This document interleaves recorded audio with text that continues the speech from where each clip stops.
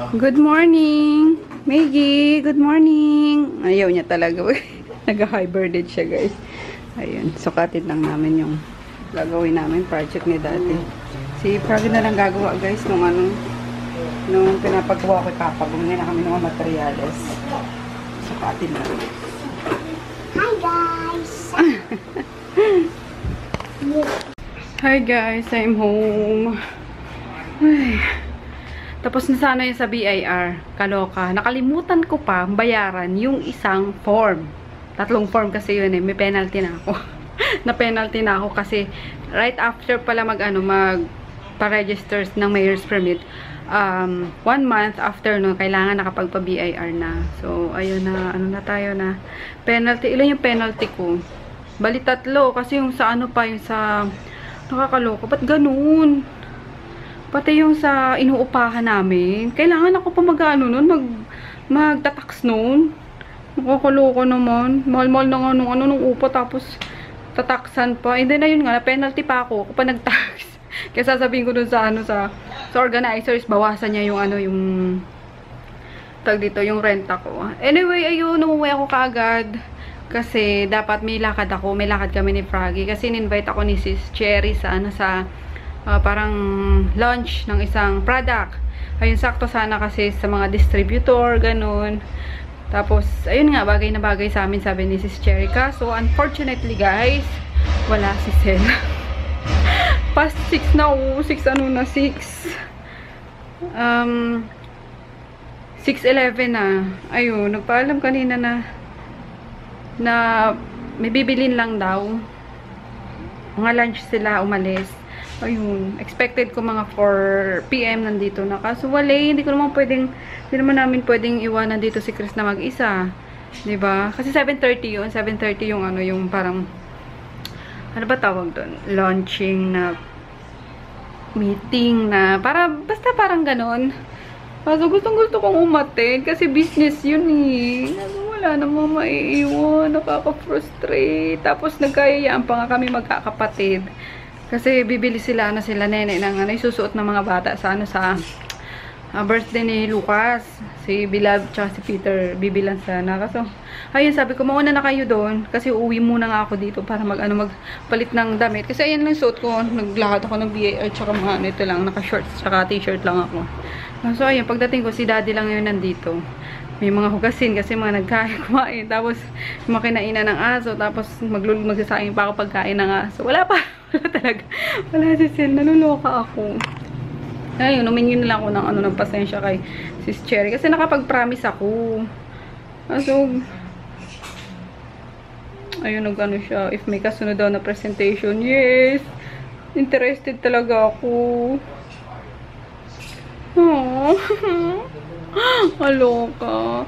So, yun. Tapos, right after din sana nung presentation is may meet up ako yung supplier ko naman sa pinsan ng supplier ko doon sa mga ano ba yan?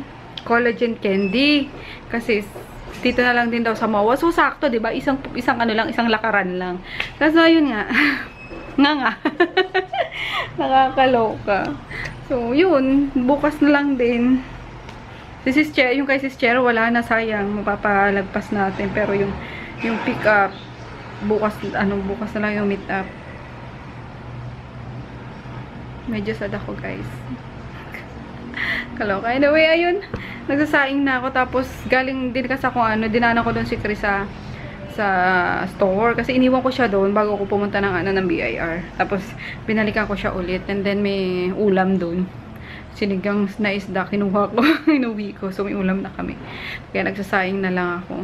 Sayang, kasi balak namin is parang dinner naming magkakapatid sa sa MOA din, diba? Nagkayayaan eh. So, ayun, wala. Na tayo magagawa. Cancel. Text ko na sila na di ako makakarating. So, ayun lang, guys. We'll see you again later. Di ako nakapag-vlog, ha? Di ko kasi nadala tong itong camera kanina. And, ang bagal ng internet. Alam nyo, kanina pa yan yung ina-upload ko. Until ngayon, 45 minutes pa. Ano ka? Isa pa lang nga yan eh. Ay, nako. Cartoons. Ayan. Chris, batay mo si si Maggie. Mauna ka na, Daddy. Bibili kami ng ulam eh. Ulam ng mga aso. Dagdagan ko lang. Muna na tayo. Sara natin. Paknit! Wait lang, Paknit. Paknit! Wait lang, Paknit. Kumain ka na, Ding Dong. Wait lang mamaya ah. Wawa naman oh. Ginalis na oh. Bait naman yun eh. Madami pa ba siyang kuto? Ay, oo, ang dami pa. Paliliguan lang yun. Tulungan mo akong paliguan. Okay. Ha? Akitin ba yan doon? Hindi, dito lang. May hus naman daw kayo eh. Sige. Ha? Oh, sige. Para gamutin natin. Ba't naman yan eh? Kaya nga eh. Ba't pinapaligaw nung ano? Kakainis yung tenant niya sa taas. Pinaano. Gusto nila Oo nga. Nag-request daw sa ano kila Ate Remy na iligaw si Ding Dong. Kasi yung mga putuka daw pumapasok sa ano sa unit nila. Kasi yung dati palang ano yan, dating, ito na yung si ano, yung dating may-ari niyan is si Man. Kaso umalis na, hindi nadala si Ding Dong kasi taga kaya. Kaya naiwasan si Ding Dong kawawa lang. Pero ano daw talaga yan, parang ano yun? Yung pakakalat-kalat pa before pa. So, papi pa lang siya. Pumunta na siya dyan. Pinakain na lang ng ano ng seaman. So, yun. Kaya dyan na siya. Yan na rin yung pinakabahay niya, yung apartment na yan. Kaloka. So, kanina sinabihan ako na ano eh. Ano, Mapi, baka may pantali ka dyan. Kasi sabi nung tenant ko sa taas is, hiligaw daw si Ding Dong. Sabi ko, ha, bakit nililigaw? Sabi, hindi. Ano yan, papaliguan lang yan, tapos tatanggalin lang yung mga pulgas, tapos papabet ko kasi na ano yan, nasagasaan, 'di ba? Kung hindi, ampunin ko yan, uuwi ko yan sa ano sa probinsya.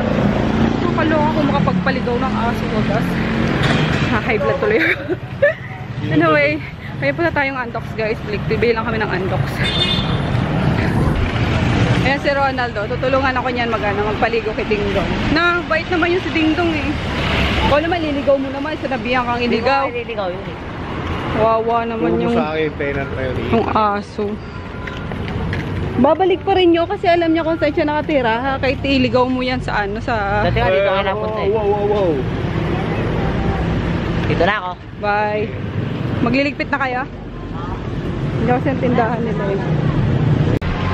Uwi na tayo, guys. Dito na kami na ano. Yempo tsaka manok. Tapos yung sabaw kanina doon sa ano, na hiningi ko sa store. Uwi na kami sa hotel. Uwi na daw kami dito. Gago na to. Something new for us. Ayun. Something new to try. Chris lang nandun. Kung si Robin, may... May sogo. Tayo. Aliwin. Tayo mag-aliw. Aliwin. Di ba si Robin tsaka si asawa niya sogo? Endorser ng sogo. Sabihin mo, endorser siya ng aliwin. Aliwan eh, no? Ito ako bumibili ng pagkain ng mga dogs. Beef. Ha? Ayun na. Thank you. Sarap po. Dami. Nakabag na si Maggie, oh. Nakabag na Maggie, oh. Maggie. Buka ka kagad, ah. Ha? Maya na. Ayun guys, kain tayo. Ininit ko lang yun, oh. Yung sabaw. Ito yung sinasabi ko sa inyo. Sinigang na piniritong tilapia. Naglagay lang din ako ng extra, ano, peche. Kasi may peche pa dyan sa ref, eh. Nilagay ko. Tapos, ito yung chicken. Ayun yung yan po. So, kain tayo. Kain ka, Mickey. Kain ka, Mickey, girl. Ganda talaga ng eyes mo, baby. Uy! Andiyan. Di ko pa napalalaban pala eh. Hindi na ako siya ng damit sa basar sa ano eh. Sa Eastwood. Ha, kain tayo. May agrot. Wait lang, Grutin ha. Kain muna kami. Si Chris. Ayaw pa, guys. Busog pa daw. Dabi siguro. Siguro kain ka na kain doon sa store, no?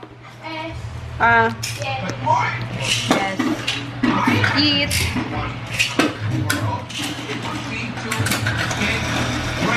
Spray. Your father doesn't know the spirit in you. This is already in the service of God and to receive from the people Christ our Lord. Amen. Woo! Guys! Ay, nako. Nakapag-upload tayo guys ng isang vlog pa lang. After 48 years. Sa pang internet na yan. Natry ko siyang bayaran kanina sa sa Metrobank. Wala pa lang anong Metrobank eh. Walang Sky. Kabos. Ayun. Na-penalty ako guys sa BIR. Nasa 5,000 yung binayaran ko. Naloka. Pero ayan mo na. Para matapos na yung issue natin sa BIR. Baka mapasara pa yung mapasta pang operation ng RMK shop. Paknit! Eat! Eat! Sarap nito. Madaming gulay. Talagang nasa ano pa yun. Ito na tinanggal para masyado magasaan. Gulay lang naman yung ako dito, kabul.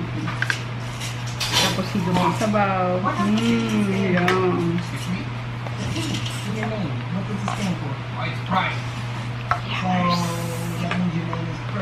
Ang init. What's so funny? I don't get it. Why him? Because your friendship and shared sense of humor irritates me and must be destroyed. Baka bukas mag-ano kami guys. Punta ko yung monumento kasi sayang, madaming tao doon. And then, si Emma, nandito pala sa Pasay. Nag-post kasi siya kanina sa Facebook. Nasa M. De La Cruz siya. Sabi ko, ano ginagawa mo dyan? Dito ko ate sa sa klase ko nakikitira. Sabi ko, bakit? Bumalik ka ba sa school? Sabi niya, hindi daw, naghanap daw siya ng trabaho. So sabi ko, pagka matuloy din daw sa sana lang kunin ko kasi may Muntinlupa na ako eh. Diba?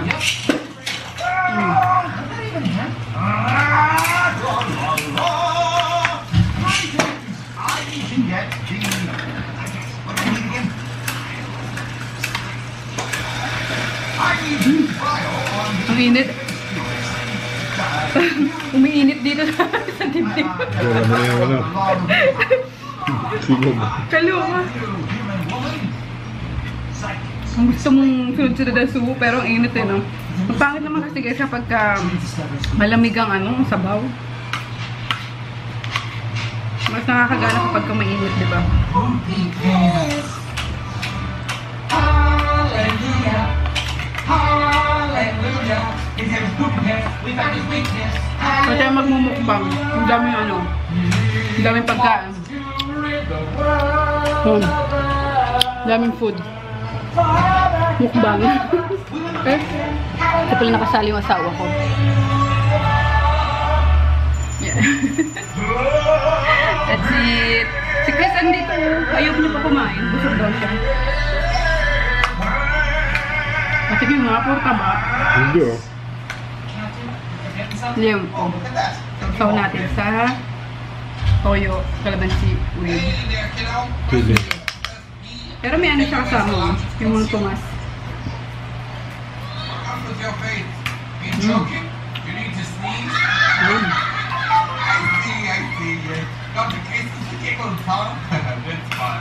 Well, I've got just the remedy for that. It's a cage now. What?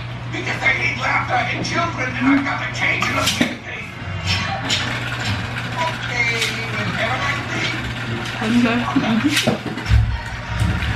Kulang.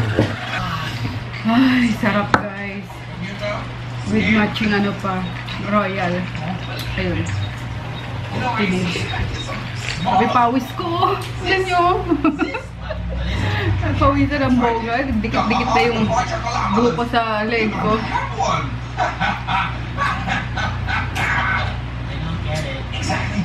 You have no sense of Sarap. a chair or a supermodel. Nag-store pala ako kasi mainit yung sabaw. Mainit yung kinain. Sabi ni Daddy nakasira daw ng ipin mo naman. Kumain ka nga mainit tapos yung malamig. Uy, hindi ako dyan. No, I'm just smelling my fingers. He shall receive.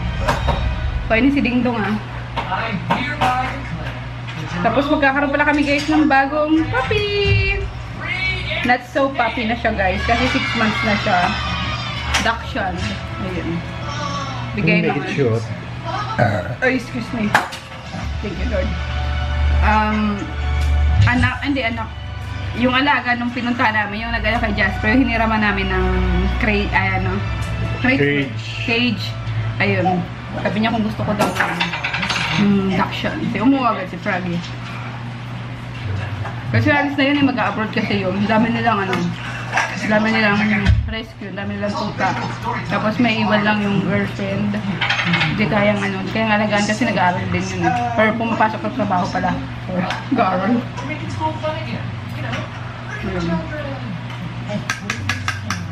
Numbers, Maggie? Ikaw ka naman playmate, Maggie. Nakain na na! Harap na yan po. So, yun nga guys, kami lang tatlo dito. Uwi daw si Sel, di pa na po anong oras eh. Nag-text lang na hindi ko lang ilak yung pinto. Yum yum. Pang ilang pelikula nyo na yan, ha? Ano yan? Yung lightweight na babae pa rin? Hello. Enjoy sila. Enjoy ang Maggie. Ang bagal guys, so 2 hours and 59 minutes pa. Kaloka. Ayun guys, wala na tayong gagawin. Sobrang busog ako.